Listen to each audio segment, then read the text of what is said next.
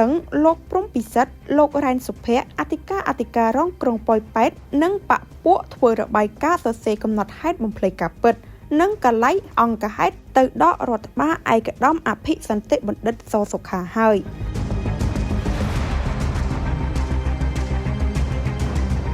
ជនរងគ្រោះឬដើមបណ្ដឹងឈ្មោះយឹងសារ៉ាត់អាយុ31ឆ្នាំរស់នៅភូមិសាមគ្គីមានជ័យសង្កាត់ប៉ោយប៉ែតក្រុងប៉ោយប៉ែតខេត្តបន្ទាយមានជ័យបានកើតទុកមិនសុខចិត្តប្តឹងលោកព្រំពិសិដ្ឋនិងលោករ៉ែនសុភ័ក្រអធិការរងក្រុងប៉ោយប៉ែតនិងបពពួកមួយចំនួនទៀតធ្វើរបាយការណ៍សរសេរកំណត់ហេតុបំភ្លៃការពិតនិងកលៃអង្គហេតុទៅឯកឧត្តមអភិសន្តិបណ្ឌិតសសុខាឧបនាយករដ្ឋមន្ត្រីក្រសួងមហាផ្ទៃជួយអន្តរាគមន៍រកយុត្តិធម៌នៅអ្វីដែលជនរងគ្រោះលើកឡើងថាបុគ្គលប៉ុន្មានអ្នកខាងលើនេះបដូរខ្លឹមសារកំណត់ហេតុកលៃអង្គហេតុពីអំពើហិង្សាមានស្ថានទម្ងន់ទោសដោយមនុស្សមួយក្រុមមានគ្នា 4-5 នាក់ព្រួតវាយទៅលើជនរងគ្រោះម្នាក់ទៅជាដាក់ថាវាយទៅវាយមកដែលចេតនានេះធ្វើឲ្យក្រុមជនបង្កលែងមានស្ថានទម្ងន់ទោសហើយបែរជាខ្ញុំជនរងគ្រោះពិតប្រាកដបាត់បង់ស្ថានយុត្តិធម៌ប្រឈមនឹងស្ថានទម្ងន់ទោសទៅវិញយោងតាមពាក្យបណ្ដឹងរបស់ជនរងគ្រោះឈ្មោះយឹងសារ៉ាត់អាយុ31ឆ្នាំចុះថ្ងៃទី16ខែឧសភាឆ្នាំ2025គោរពជូនឯកឧត្តមអភិសន្តិបណ្ឌិតសសុខាឧបនាយករដ្ឋមន្ត្រីក្រសួងមហាផ្ទៃបានឲ្យដឹងថាអំពើហិង្សាមានស្ថានទម្ងន់ទោសដែលមនុស្សមួយក្រុមមានគ្នា 4-5 នាក់ប្រព្រឹត្តមកលើខ្ញុំបាទជាជនរងគ្រោះបានកើតឡើងកាលពីថ្ងៃទី10ខែកុម្ភៈឆ្នាំ2025នៅឯផ្ទះមួយកន្លែងមានរៀបចំពិធីឡើងគេហដ្ឋានថ្មីនៅក្រុងប៉ោយប៉ែតខេត្តបន្ទាយមានជ័យខ្ញុំបាទសូមជម្រាបដំណើររឿងដូចតទៅនៅយប់នៃថ្ងៃកើតហេតុគឺថ្ងៃទី10ខែកុម្ភៈឆ្នាំ2025ខ្ញុំបាទនិងភរិយាបានទៅចូលរួមពិធីឡើងគេហដ្ឋានថ្មីតាមការអញ្ជើញរបស់ម្ចាស់ផ្ទះដែលបានស្គាល់គ្នារាប់អានគ្នាគ្រានោះខ្ញុំបានដាក់ភរិយាចុះនៅកន្លែងពិធីឡើងគេហដ្ឋានប្រហែលវេលាម៉ោង 8:00 នាទីយប់ដោយខ្ញុំជាប់រវល់ទៅមានកិច្ចការនៅកន្លែងផ្សេងមួយសន្ទុះសិនលុះដល់ម៉ោង 10:00 នាទីយប់ថ្ងៃដដែលខ្ញុំក៏ត្រឡប់មកចូលរួមពិធីឡើងគេហដ្ឋានវិញក្នុងពេលដើរចូលទៅកាន់តុមួយដែលមានអ្នកស្គាល់គ្នាអង្គុយគឺឈ្មោះប្លុងសំអូនហៅវែងនិងឈ្មោះធៀងសេងខ្ញុំក៏បានសួរថាមានឃើញប្រពន្ធខ្ញុំទេពួកគេទាំងពីរនាក់ឆ្លើយព្រមគ្នាថាឃើញភរិយារបស់ខ្ញុំទៅបន្ទប់ទឹកហើយខណៈនោះមានបុរសម្នាក់ទៀតដាក់ធ្មេញមាសមិនស្គាល់គ្នាទេបាននិយាយមកកាន់ខ្ញុំថាបើហែងខ្លាចបាត់ប្រពន្ធមិនសរសេរប៉ាយឈ្មោះប្រពន្ធដាក់ពាក់កទៅដែលនេះជាចំហេះនៃការបង្ករឿងដំបូងខ្ញុំមិនជាចាប់អារម្មណ៍ណាស់ណានោះទេម្យ៉ាងគិតថាប្រហែលជាគេនិយាយលេងផងក៏មិនដឹងក៏ឆ្លើយវិញថាខ្ញុំសួររកប្រពន្ធខ្ញុំតើបន្ទាប់មកខ្ញុំក៏ដើរចេញទៅសំដៅទៅរកតុកអ្នកស្គាល់គ្នាផ្សេងទៀតស្រាប់តែឮសំឡេងបុរសម្នាក់ទៀតដែលមិនធ្លាប់ស្គាល់គ្នាសោះបានទៅឈរនៅជ្រុងម្ខាងស្រែកក្តែងកំហកដាក់ខ្ញុំថាម៉េចអាប៉ាវអញល្បីថាហែងខ្លាំងហ៎បើហែងខ្លាំងមកវាយគ្នាជាមួយអញមួយស្មើហែងចេញមកខ្ញុំឮល្វើយក៏បែរខ្លួនងាកមើលដំបងខ្ញុំនឹកភ្នក់ក្នុងចិត្តថាប្រហែលជាគេហៅអ្នកផ្សេងទេមើលទៅលុះដើរទៅមុខបានបន្តិចបុរសមិនស្គាល់គ្នានោះក៏បានស្រែកខ្លាំងបន្តទៀតថាម៉េចអាប៉ាវអញល្បីថាហែងខ្លាំងហ៎បើហែងខ្លាំងមកវាយគ្នាជាមួយអញមួយស្មើហែងចេញមកខ្ញុំងាកមើលម្ដងទៀតក៏ឃើញនឹងដឹងច្បាស់ថាបុរសមិនស្គាល់គ្នានោះបានបក់ដៃហៅខ្ញុំចំហើយអ្វីដែលគាត់ស្រែកបបួលវាគ្នានោះគឺសំដៅមកលើរូបខ្ញុំក៏ដើរសំដៅបុរសមិនស្គាល់គ្នានោះដោយនៅដៃមានកាន់កែវស្រាផងក្នុងបំណងសួរនាំនិងប្រាប់អំពីហេតុផលថាយើងមិនដែលមានរឿងអ្វីជាមួយគ្នាទេនិងមិនដែលស្គាល់គ្នាទេហេតុអ្វីហៅខ្ញុំវាយគ្នាមិនទាន់ទាំងបានសួរនាំផងខ្ញុំក៏ដើរផ្លាត់ចំហស្មាខាងស្ដាំរបស់ខ្ញុំដួលទៅលើគាត់បណ្ដាឲ្យដួលទាំងពីរនាក់ទៅលើដីភ្លាមនោះស្រាប់តែមានមនុស្សប្រុសពេញកម្លាំង 4-5 នាក់រួមទាំងបុរសដាក់ធ្មេញមាសបង្កហេតុតាំងពីដំបូងនោះផងពួកគេជាបពពួកនឹងគ្នាបានស្ទុះព្រួតគ្នាមកវាយខ្ញុំទាំងកំរោលពេញទំហឹង ដោយអ្នកខ្លះប្រើកណ្ដាប់ដៃជើងទាត់ធាក់ដាល់វាយតប់មកលើផ្ទៃមុខនិងខ្លួនប្រាណខ្ញុំនិងអ្នកខ្លះប្រើកែវវាយមកលើផ្ទៃមុខនិងក្បាលរបស់ខ្ញុំបណ្ដាលឲ្យបែកឈាមលើផ្ទៃមុខថ្ងាសនិងប្រេះលលាក្បាលលើចិញ្ចើមភ្នែកខាងឆ្វេងរំពេចនោះខ្ញុំក៏ដួលសន្លប់ក្នុងផ្លុកឈាមនិងត្រូវបានគេដឹកបញ្ជូនទៅមន្ទីរពេទ្យដើម្បីសង្គ្រោះសូមបញ្ជាក់ថារាល់របួសស្នាមទាំងប៉ុន្មានមានឯកសារគ្រូពេទ្យបញ្ជាក់ម្យ៉ាងវិញទៀតពេលពួកជនបង្កកំពុងព្រួតវាយរូបខ្ញុំនេះគឺខ្ញុំបារម្ភខ្លាចបាត់ខ្សែកផងនិងខ្សែដៃផងព្រោះរូបខ្ញុំពាក់ខ្សែកមាសទម្ងន់4តម្លឹងនិងខ្សែដៃមាស 5G ដូច្នេះប្រៀបបាននឹងចំហផ្ទៃមុខឲ្យគេវាយដូចនេះដែរចំណែកជនដៃដល់ម្នាក់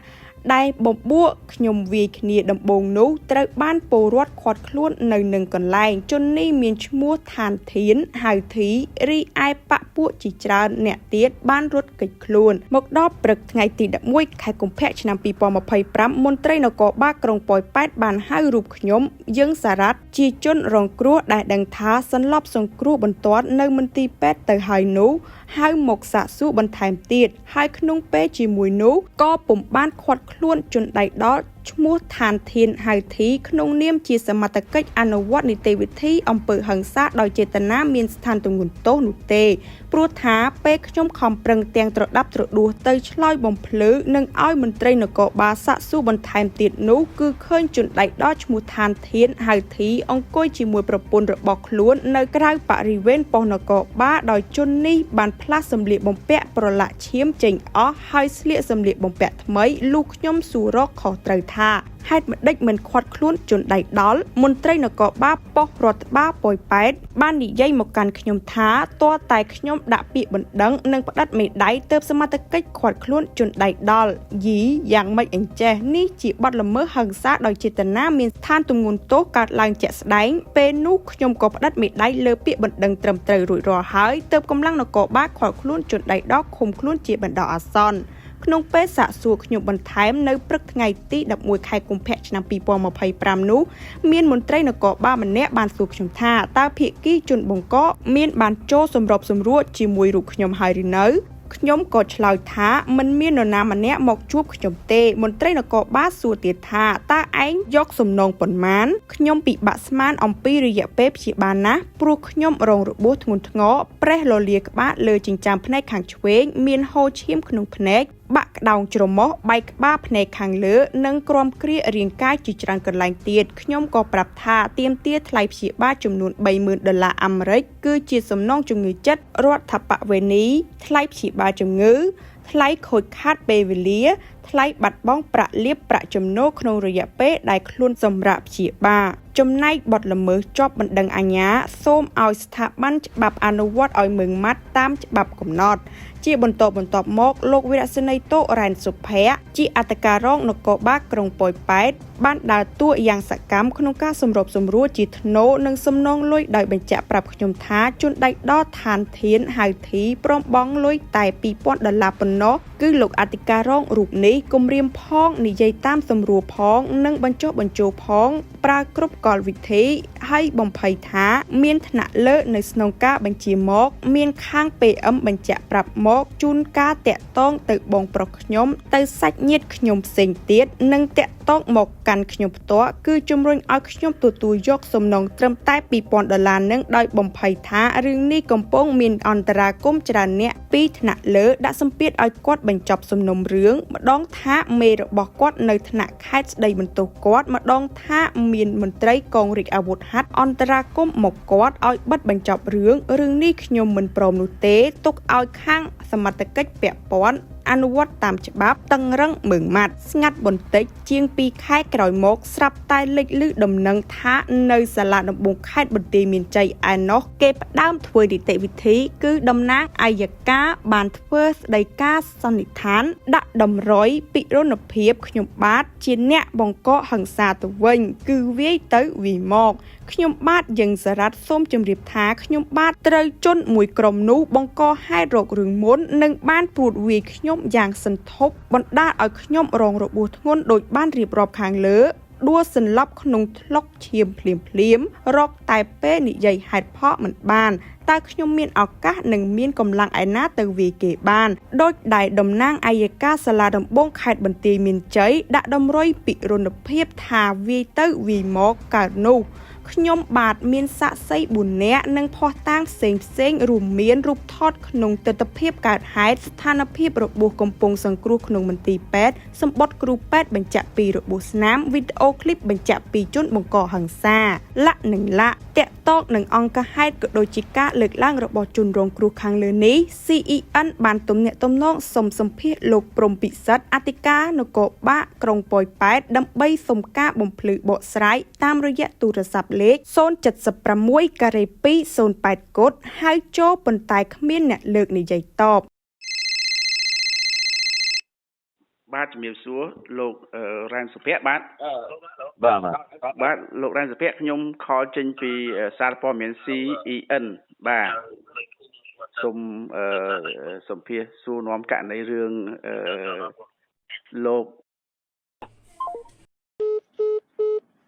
ជាបន្តទៀត CEN បានជាយាមតាក់ទងទៅលោករ៉ែនសុភ័ក្រអធិការរងនគរបាលក្រុងប៉ោយប៉ែតទទួលផែនយុត្តិធម៌ដើម្បីសុំការបំភ្លឺបកស្រាយតាមរយៈទូរស័ព្ទលេខ 085-477-777 លោកអធិការរងរូបនេះបានបំភ្លឺយ៉ាងខ្លីថា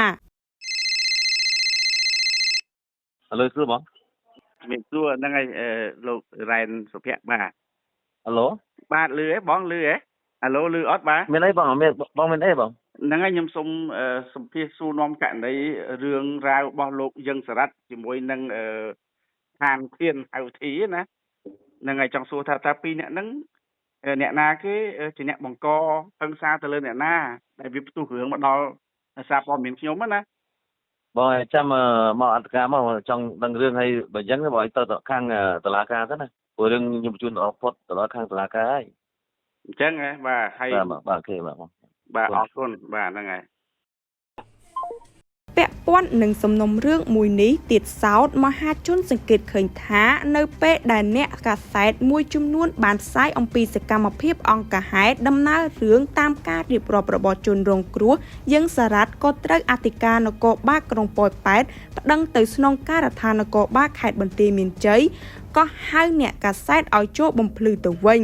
ដែលកាយវិការនេះជាការខុសឆ្គងមួយនាំទៅដល់ការគំរាមកំហែងដល់អ្នកសារព័ត៌មានដែលជាស្ថាប័នឯករាជ្យមានច្បាប់បញ្ញត្តិឲ្យអនុវត្តចំណែកស្ថាប័ននគរបាលក៏មានច្បាប់បញ្ញត្តិឲ្យអនុវត្តដូចគ្នាដូច្នេះត្រូវគោរពនីតិវិធីនិងបញ្ញត្តិច្បាប់នៃស្ថាប័ននីមួយៗទៅវិញទៅមកបើតាមនីតិវិធីទាក់ទងនឹងវិជ្ជាជីវៈសារព័ត៌មានវិញ CEN សូមជម្រាបជូនសាធារណជនអង្គភាពស្ថាប័នពាក់ព័ន្ធឲ្យបានជ្រាបថាសារព័ត៌មានក៏មានច្បាប់ទម្លាប់និងនីតិវិធីរបស់គេដែរគឺច្បាប់ស្តីពីរបបសារព័ត៌មានមាត្រា10បានចែងថាជនណាយល់ថាអត្ថបទនឹងការសរសេរការអាននិងរូបភាពរូបថតនៃការផ្សាយរបស់សារព័ត៌មាននោះធ្វើឲ្យខូចខាតដល់កិត្តិយសនិងសេចក្តីថ្លៃថ្នូររបស់ខ្លួនជននោះមានសិទ្ធិទាមទារឲ្យសារព័ត៌មាននោះធ្វើការកែតម្រូវនិងឆ្លើយតបបំភ្លឺជុំវិញការផ្សាយដែលពាក់ព័ន្ធដូច្នេះសូមបុគ្គលអង្គភាពស្ថាប័នណាមួយដែលយល់ឃើញថាសារព័ត៌មានណាមួយផ្សាយប៉ះពាល់ដូចជាអត្ថបទការសរសេរការអាននិងរូបភាពរូបថតសូមលោកអ្នកធ្វើលិខិតលាយលក្ខណ៍ជាអក្សរពន្យល់អំពីហេតុផលផ្សេងៗដែលមិនពាក់ព័ន្ធនឹងរូបភាពក៏ដូចជាបុគ្គលខ្លួនក្នុងសាច់រឿងដែលផ្សាយនោះញ៉ាបញ្ជូនឬក៏លោកអ្នកមកកាន់ការិយាល័យនិពន្ធឬទីចាត់ការផ្ទាល់របស់សារព័ត៌មានដែលបានផ្សាយព័ត៌មាននោះដើម្បីឲ្យផ្សាយកែតម្រូវតាមអ្វីដែលខ្លួនចង់បំភ្លឺស្របទៅតាមភាពសុចរិតភាពនិងកិត្តិយសត្រឹមត្រូវនិងមានឯកសារភស្តុតាងភ្ជាប់មកជាមួយសូម្បីតែក្រមព្រំប្រទាននៃព្រះរាជាណាចក្រកម្ពុជាក៏បានបញ្ញត្តិផងដែរថាពាក់ព័ន្ធនឹងការផ្សាយនៅលើទំព័រសារព័ត៌មានបើសាធារណជននីតិបុគ្គ គលរូបវ័ន្តបុគ្គលមានបញ្ហាមិនសុខចិត្តត្រង់ណាត្រូវអនុវត្តទៅតាមច្បាប់ស្តីពីរបបសារព័ត៌មានប៉ុន្តែបើមានបណ្ដឹងទៅស្ថាប័នតុលាការអាចកោះហៅអ្នកកាសែតទៅបំភ្លឺឬធ្វើនីតិវិធីដាក់តម្រុយពីរដ្ឋាភិបាលក្នុងសំណុំរឿងរដ្ឋបវេណីប៉ុន្តែត្រូវអនុវត្តទៅតាមច្បាប់ស្តីពីរបបសារព័ត៌មានដូចគ្នាដូច្នេះលោកអ្នកអង្គភាពស្ថាប័នត្រូវតែគោរពច្បាប់នីតិវិធីដែលបញ្ញត្តិជាធរមាន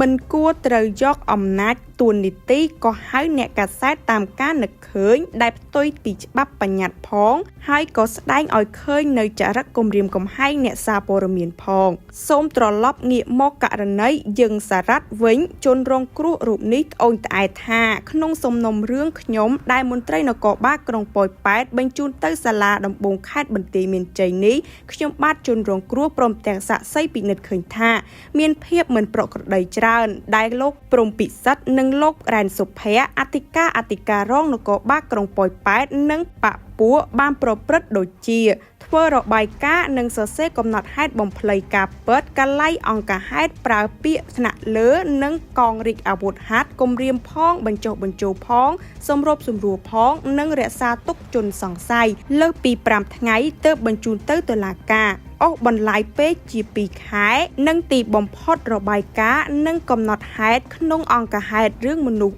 4-5 នាក់ព្រួតគ្នាវាយខ្ញុំប្រើហិង្សាមកលើខ្ញុំដោយជាក់ស្ដែងប្រែคล้ายទៅជាវាយទៅវាយមកឯណាឯណោះទៅវិញតើរូបខ្ញុំអាចមានយុត្តិធម៌ដែរទេ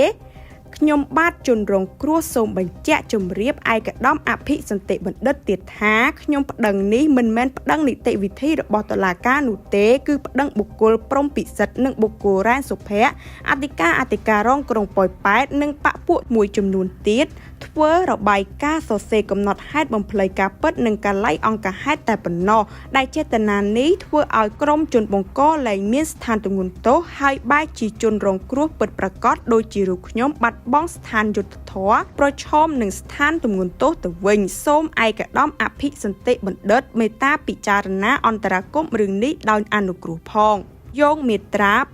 218នៃក្រមព្រំប្រទានព្រះរាជាណាចក្រកម្ពុជាកំណត់និយមន័យថាការបើអំពើហិង្សាដោយចេតនាមានស្ថានទម្ងន់ទោសប្រព្រឹត្តលើអ្នកដទៃដោយ 1. មានការគិតទុកជាមុន 2. ប្រើអាវុធឬគំរាមកំហែងនឹងអាវុធ 3. មនុស្សច្រើនអ្នកក្នុងឋានៈជាចារីសហចារីអ្នកផ្ដើមគំនិតនិងជាអ្នកសំគំនិតសូមផ្ដន្ទាទោសដាក់ពន្ធនាគារពី2ឆ្នាំទៅ5ឆ្នាំនិងពិន័យជាប្រាក់សំណងផ្សេងទៀត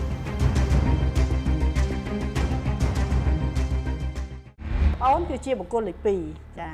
បុគ្គលលេខ2បើយើងមើលមកក្នុងនេះវាគ្រាន់តែសាមញ្ញទេចាយើងសាមញ្ញវាលំបាកនៅក្នុងការសម្រេចចិត្តអវិជ្ជមានយើងសម្រាប់បងប្អូនដែលមិនទាន់ស្គាល់ខ្លួនឯងច្បាស់រកស៊ីមានបញ្ហានឹងការធ្វើការជាមួយអ្នកដទៃមិនចុះសម្រុងគ្នានិងចង់អភិវឌ្ឍសេដ្ឋកិច្ចរបស់ខ្លួនអាចធ្វើការគុនគូជាមួយនឹងលោកជំទាវផ្ទាល់តាមក្បួន Napoleon Hill លោកអ្នកនឹងទទួលបានដឹងអំពីការតម្រង់ផ្លូវជីវិតប្រាប់ពីអត្តចរិតនិងកែប្រែឧបនិស្ស័យរបស់អ្នករោគជំងឺដែលត្រូវប្រយ័ត្ននិងជំងឺដំណពូជធាតុដែលខ្វះពណ៌ដែលត្រូវប្រើលើករិស័យមុខរបរដែលស័ក្តិសមនិងធាតុកំណើតរបស់លោកអ្នក